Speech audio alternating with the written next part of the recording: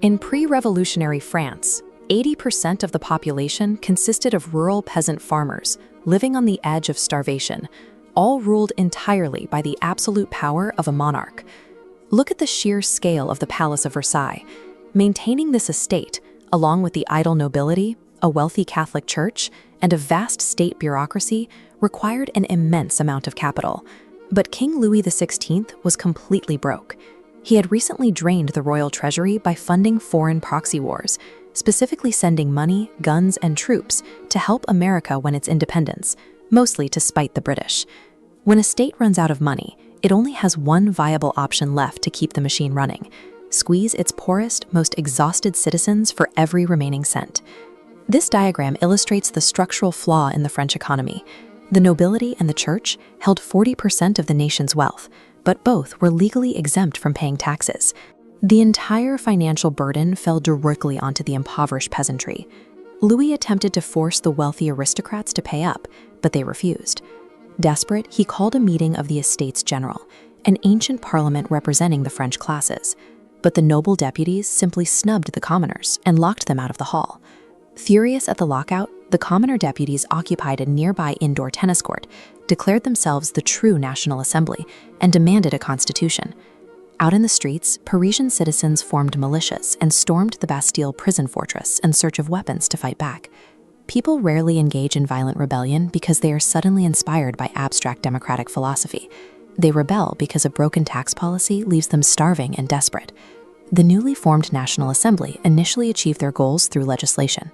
They abolished the old feudal system and adopted the Declaration of the Rights of Man, establishing liberty and the rule of law. But Louis XVI could not accept his reduced role as a limited monarch. In June 1791, he and his family disguised themselves and attempted to flee across the French border. Parisian radicals viewed this escape attempt as an act of treason. They stormed the royal chambers, slaughtered political prisoners in the jails, and put the king on trial before executing him via the guillotine. Executing the monarch crossed a psychological threshold. Once a society normalizes killing its head of state, previously unthinkable acts of violence become standard, acceptable political tools. 4 years after the storming of the Bastille, peasants in rural areas were shocked to find themselves still paying the exact same feudal dues. The new revolutionary leaders in Paris were mostly wealthy bourgeois landowners themselves, far more interested in protecting their own property rights than ending the taxes that caused the uprising. Facing the same empty treasury that doomed the king, the Republic printed a new paper money, the assignat. By printing these notes in unchecked quantities to pay bills, the government rapidly devalued the currency.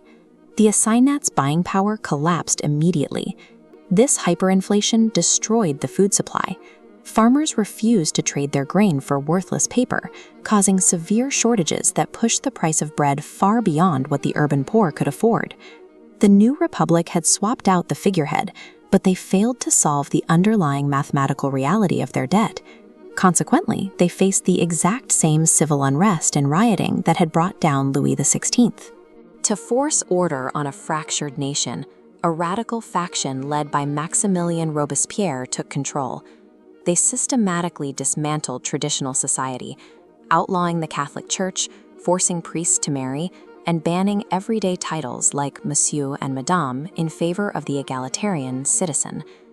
This document reveals how deep the ideological purge went, showing the new revolutionary calendar and decimal clock. The government mandated a 10-day week and divided the day into 10 hours, each hour into 100 minutes, and each minute into 100 seconds. When a government fails to provide basic necessities like food or stable currency, it will often attempt to mask its incompetence by rigidly micromanaging the structure of daily life. To combat soaring inflation, the radicals enacted the maximum law, setting strict legal caps on the price of food. Selling a loaf of bread for more than the prescribed limit was suddenly classified as an economic crime, punishable by death. This graph tracks the era's deadly correlation. As bread prices skyrocketed, the regime blamed the economic chaos on supposed hoarders, leading to a corresponding spike in executions. Tens of thousands of peasants and shopkeepers were drowned, shot, or sent to the guillotine. The bloodshed eventually consumed its own architects. Robespierre and his allies were violently purged by their own government. With the political structure entirely decimated, the military stepped in, handing dictatorial control to a young general named Napoleon Bonaparte. The French public overthrew an absolute monarch to escape a crushing tax burden.